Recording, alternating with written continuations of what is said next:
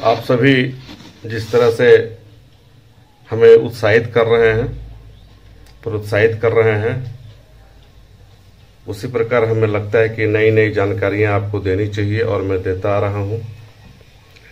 चाहे वह जेबीसीसीआई का मामला हो या फिर कोल इंडिया व अनुषंगिक इकाइयों से संबंधित अन्य जानकारियां। आज मैं आपको एक जो जानकारी देने जा रहा हूं वह है ग्रेच्युटी से संबंधित। जब भी कोई कामगार या अधिकारी, चाहे वह कोल इंडस्ट्री में कार्य कर रहा हो या फिर सरकारी व अन्य गैर सरकारी संस्थानों में, जब भी वह सेवानिवृत्त होता है, रिटायर करता है, तो उन्हें ग्रेच्युटी दी जाती है। जिस तरह से अन्य संस्थानों में ग्रेच्युटी देने का प्रावधान है रिटायरमेंट होने के बाद, उसी प्रकार से कोल इंडिया में जो काम कर रहे हैं, चाहे वह अधिकारी वर्ग के हों या फिर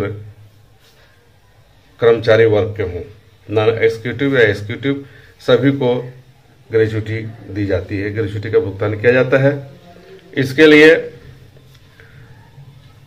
पूर्व में जो भी तिथि निर्धारित थी या जो भी राशि का निर्धारण किया जाता था, वह राशि अधिकारी व कर्मचारियों को एक साथ दिए होता था। लेकिन जब से भाजपा की सरकार बनी है, तब से ग्रेच्युटी देने का प्रावधान अलग अलग कर दिया गया है। इसे 3 भागों में बांट दिया गया है और इसी मुद्दे को लेकर कोल इंडिया की केंद्रीय ट्रेड यूनियन के लोग लड़ाई लड़ रहे हैं कि जिस तरह से पूर्व में एक साथ दी जाती थी, ग्रेच्युटी का भुगतान किया जाता था, उसी प्रकार अभी भी की जाए। इस बार 12वीं जेबीसीसीआई की जो बैठक होनी है, उसमें इन लोगों ने जो प्रस्ताव दिया है, इन लोगों ने जो मांगे रखी है, उसमें ग्रेच्युटी को एक साथ देने की मांग भी शामिल है। यह अलग है बात है कि भारत सरकार इनकी सुन नहीं रही है। इन लोगों का यह मानना है कि अधिकारियों को 29/3/2018 से 20 लाख तक देने की बात कही गई है और दी भी जा रही है। वहीं मजदूरों को 1/1/2017 से भुगतान देने की मांग ट्रेड यूनियन के लोग कर रहे हैं। ट्रेड यूनियन के नेता C2 के व जेबीसीसीआई के मेन मेंबर DD रामानंदन ने तो यहां तक कह दिया कि हम लोग कई बार बातें रखते हैं, हम लोग कई बार आंदोलन भी करते हैं, लेकिन भाजपा की सरकार है कि हमारी सुनती ही नहीं है।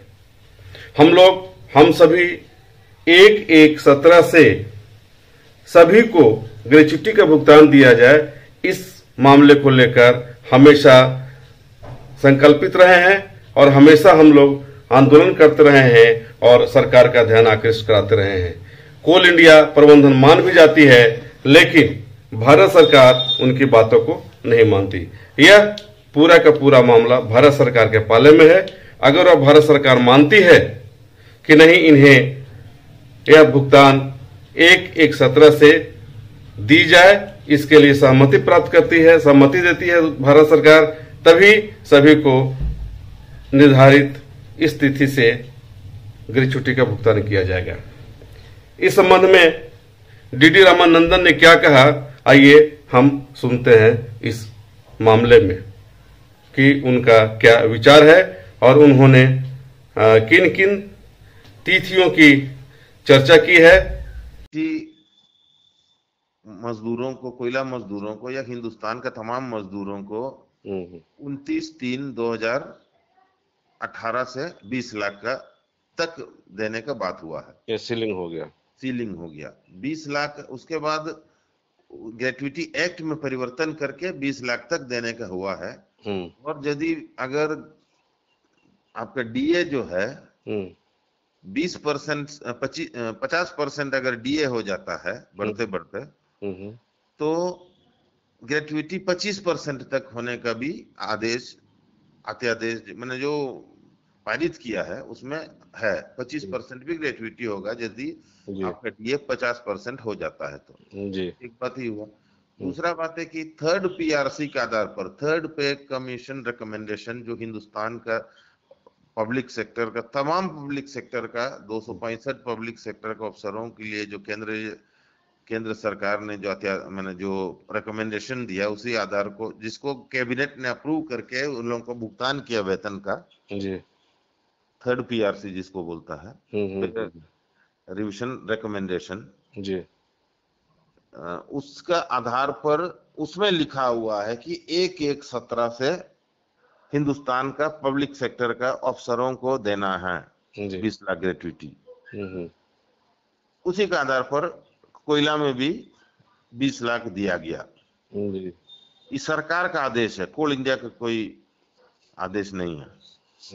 और वो कोल में भी मिला है, स्टील में भी मिला है, एनटीपीसी में भी मिला है, बीएचईएल में भी मिला है, पोर्ट एंड डॉक में भी मिला है, तमाम जगह मिला है 1/1/17 से।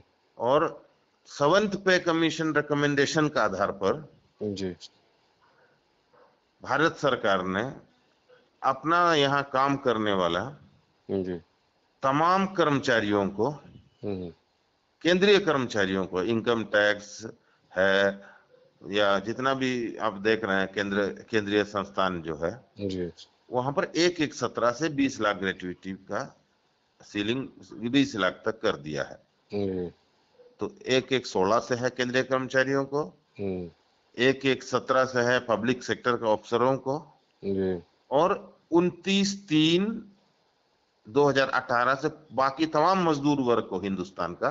3 तरह का आदेश भारत सरकार ने किया है, जिससे बहुत तरह का अनोमली उत्पन्न हुआ है। इतिहास में पहली बार ही भाजपा सरकार जो है 3 तरह का आदेश निकाल के 3 लोगों को अलग अलग दिन में पेमेंट करने का आदेश दिया है।